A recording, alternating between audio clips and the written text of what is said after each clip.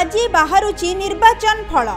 वर्तमान सूचना अनुसार बीजेडी को पछरे पकाई द्रुत गति रे बीजेपी आगे चलुछि।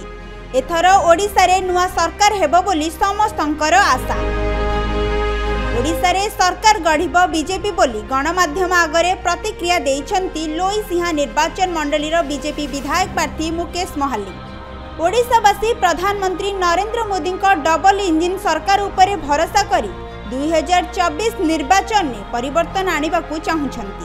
सेथिपाई बीजेपी सपक्ष रे भोट देइछंती। देखो भारतीय जनता पार्टी ओडिशा प्रदेश रे प्रथम थर पाई निश्चित भाव में सरकार गठन करिवो।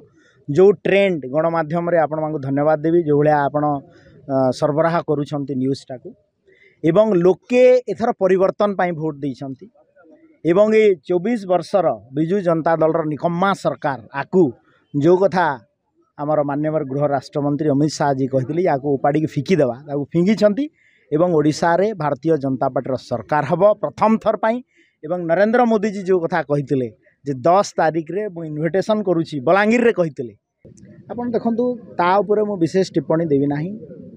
भारतीय जनता पार्टी निश्चित भाव रे फाइट करिछि एवं पूरा बलांगीर जिल्ला रे आपन जदि देखिबे पूरा ट्रेंड बलांगीर जिल्लार विजय होउछि। बलांगीर जिल्ला रे भारतीय जनता पार्टी विजय होउछि एवं बलांगीर जिल्ला रे देखिबे जदि ट्रेंड आपण मान्यवर सांसद मध्ये एठी विजय होउछंती तो निश्चित भाव रे लोके परिवर्तन हावारे भोट देइछंती एवं लोके चाहुचंती भारतीय जनता पार्टी सरकार ओडिसा रे।